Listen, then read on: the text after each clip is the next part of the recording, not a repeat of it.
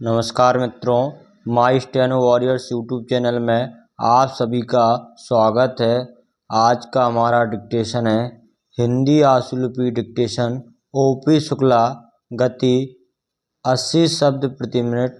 Dictation start होगा 5 second बाद।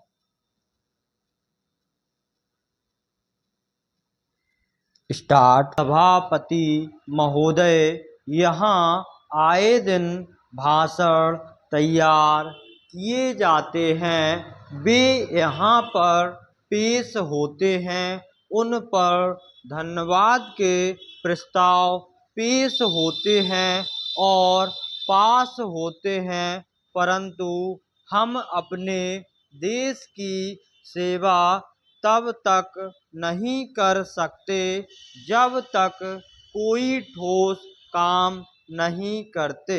जब तक हम अपने हालात के मुताबिक काम शुरू नहीं करते, तब तक हमारी दशा में सुधार नहीं हो सकता।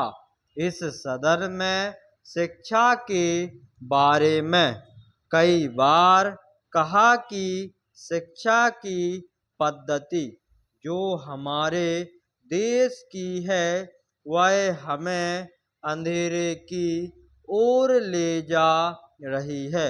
वह शिक्षा जिसके द्वारा इस देश ने संसार भर में गौरव प्राप्त किया था, वह शिक्षा जिसके द्वारा संसार ने हमें गुरु माना था, वह आध्यात्मिक शिक्षा जिसके द्वारा हमारा संसार लोहा मानता था, उसे हम त्याग रहे हैं और अब हम दूसरी शिक्षा की तरफ जा रहे हैं।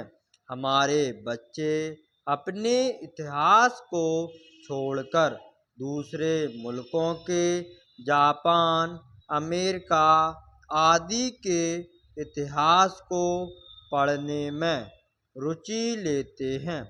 हम अपनी चीज़ों को छोड़कर पश्चिम की नकल कर रहे हैं।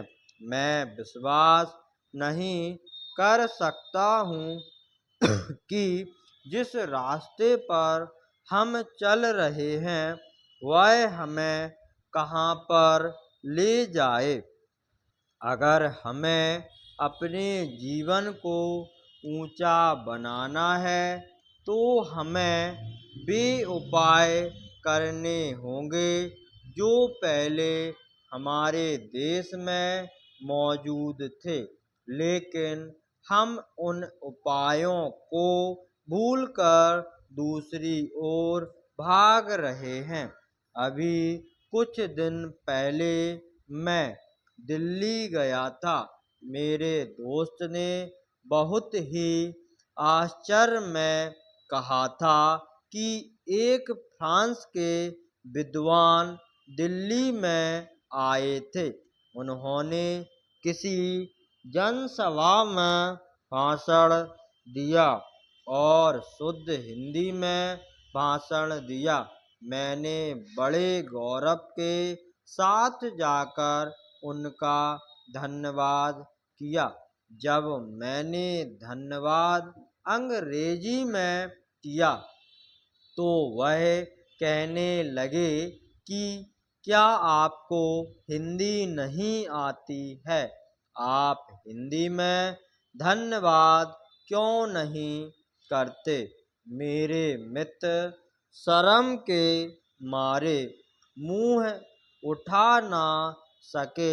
मैं अर्ज करना चाहता हूँ कि बाहर के विद्वान हिंदी में यहाँ आकर भाषण देते हैं और यहाँ के लोग अभी भी अंग्रेजी में बोलने पर गौरव करते हैं।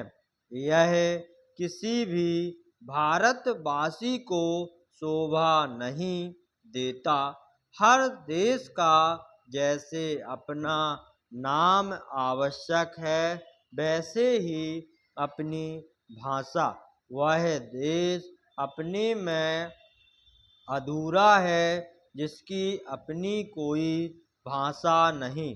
अंत में मैं यही कहूँगा कि यदि हमें उन्नति करनी है तो अपने पुराने गौरव को और अपनी जनभाषा को पुनः लौटाना ही होगा।